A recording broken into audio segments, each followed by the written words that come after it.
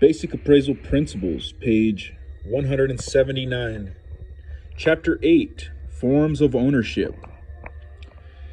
Tenants in common have the right to transfer or mortgage their individual interest in the property to another person without the consent of the other tenants in common. However, it takes all of the co-owners to transfer or mortgage the whole property. For example,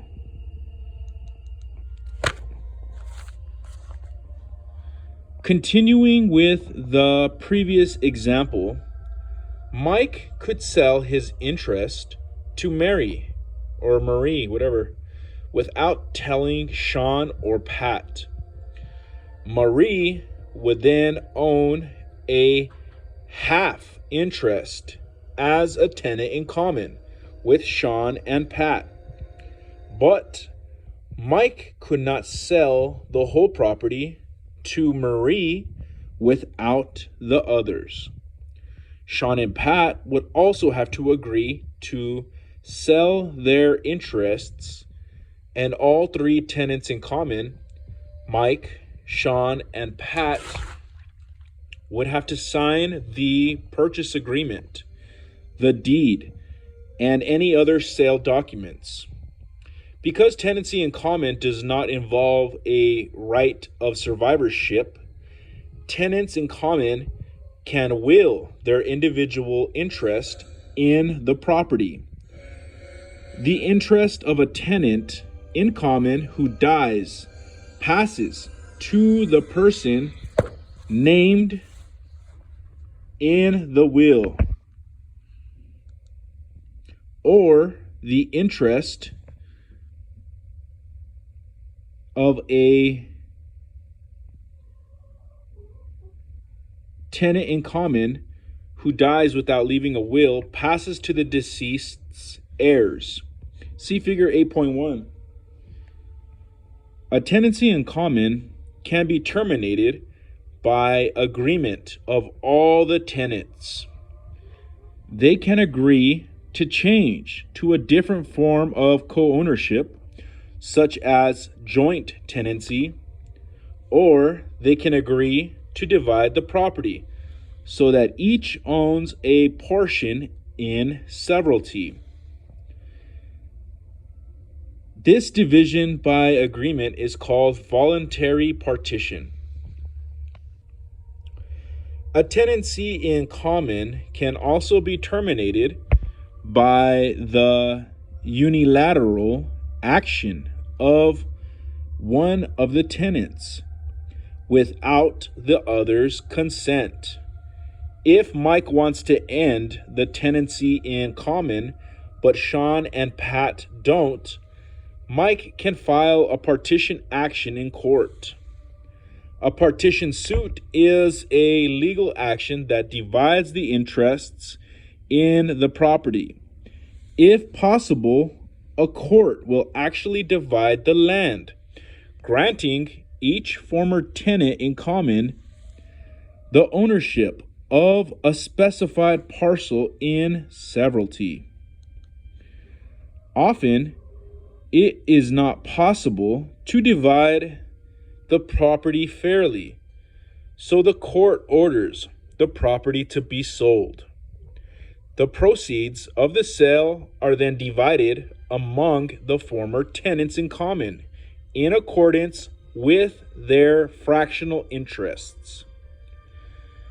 A tenant in common in a partition suit may oppose a physical division of the property. That party can present evidence, an appraisal, comparing the value of the divided property with the amount that a sale of the whole property would bring. If the divided property would be worth substantially less than the whole, the judge may order the property to be sold instead of physically divided. Figure 8.1, Tenancy in Common. In the tenancy in common's first circle, you can see Mike owns half of the circle, and Sean and Pat own 25% slices. If Mike dies, the circle now looks like this. Half goes to Mike's heirs, and the other 2/4 are still with Sean and Pat.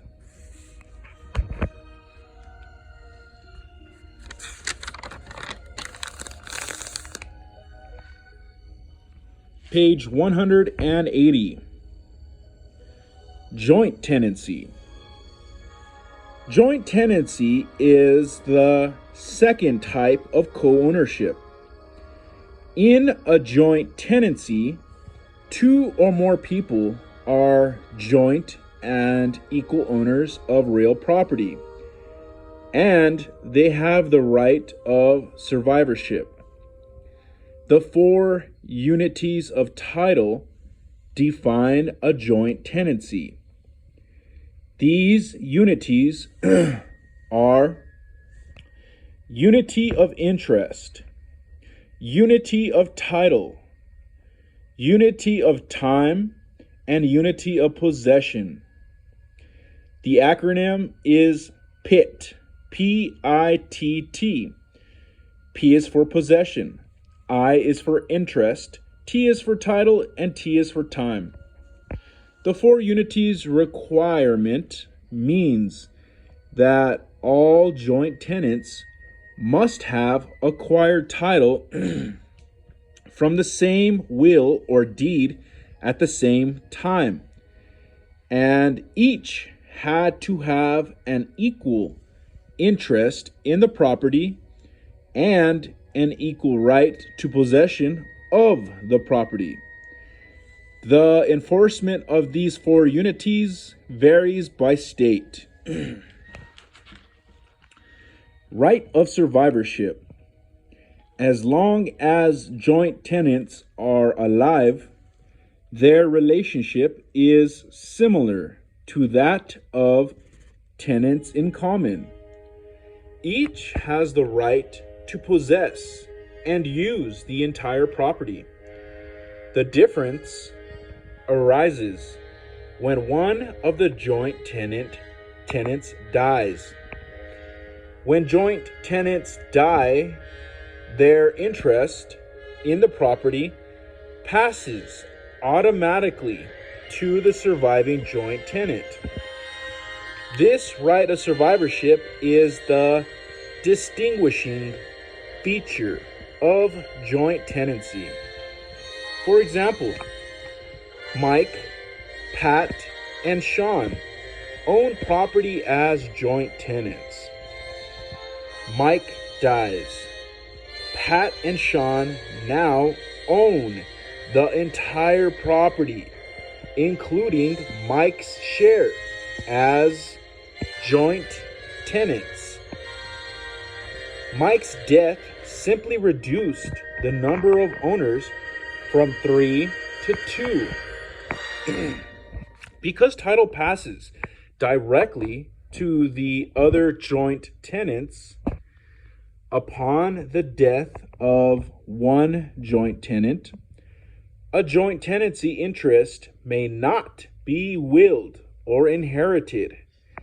The heirs of a deceased joint tenancy interest may not be willed or inherited.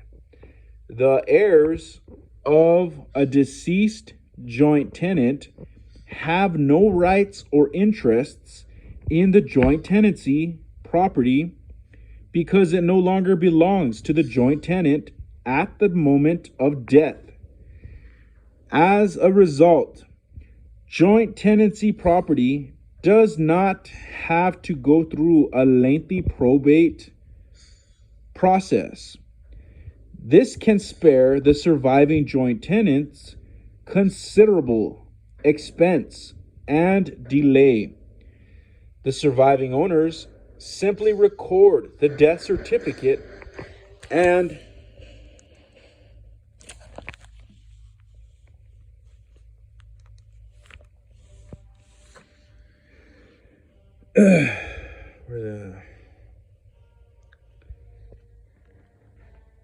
They simply record the death certificate and an executed affidavit of survivorship in order to eliminate the deceased's interest in the property. See Figure 8.2. Figure 8.2, joint tenancy. The first circle of joint tenancy, Mike, Sean, and Pat all own the circle together in 100%. However, when Mike dies, Sean and Pat own the whole circle together, and there's no slices in either circle. They all own it equally. Page 181. Another result of the right of survivorship is that any liens against the interests of deceased joint tenants are extinguished upon their death. The surviving joint tenants take the interest free and clear of the deceased joint tenant's mortgage, judgment lien, or other debts. Because a lien against a joint tenant's interest is so easily lost, few creditors are willing to accept such an interest as security. However, a lien against the entire property, a mortgage signed by all the joint tenants, for example, is not lost if one or more of the joint tenants dies. Like a tenancy in common, a joint tenancy can be terminated by partition. The joint tenants may agree to divide the property, or one of the joint tenants may file a partition suit against the others.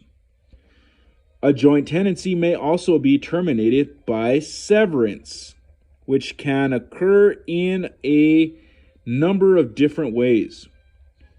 Severance ends the joint tenancy and eliminates the right of survivorship. But unlike partition, it does not terminate the co-ownership.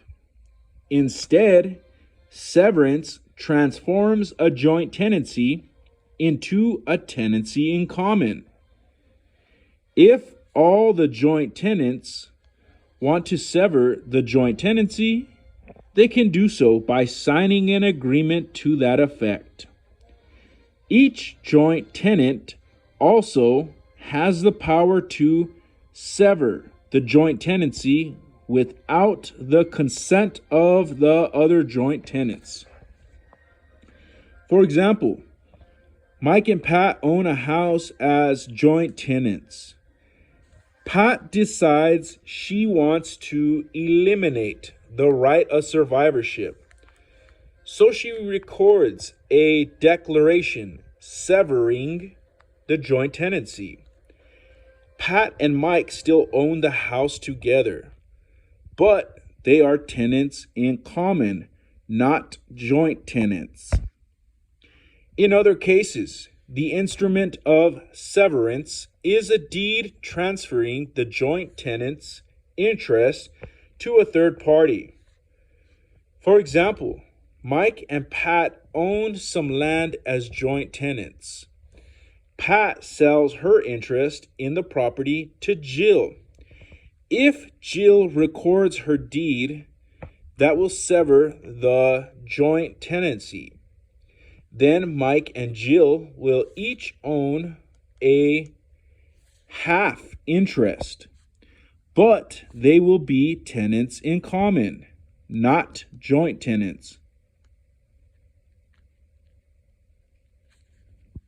However, a transfer only severs the joint tenancy in regard to the transferred interest.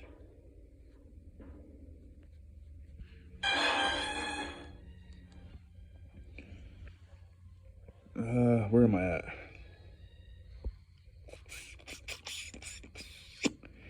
When there are more than two joint tenants, the co-owners who did not transfer their interests remain joint tenants in relation to one another. See figure 8.3. For example, Mike, Pat, and Sean own some land as joint tenants. Pat sells her 1/3 interest to Jill, and Jill records her deed. That severs the joint tenancy as far as Pat's 1/3 interest is concerned. So Jill is not a joint tenant. Jill is a tenant in common in relation to Mike and Sean. But Mike and Sean are still joint tenants in relation to each other. If Jill were to die, her 1/3 interest would pass to her heirs, since the right of survivorship does not apply to her.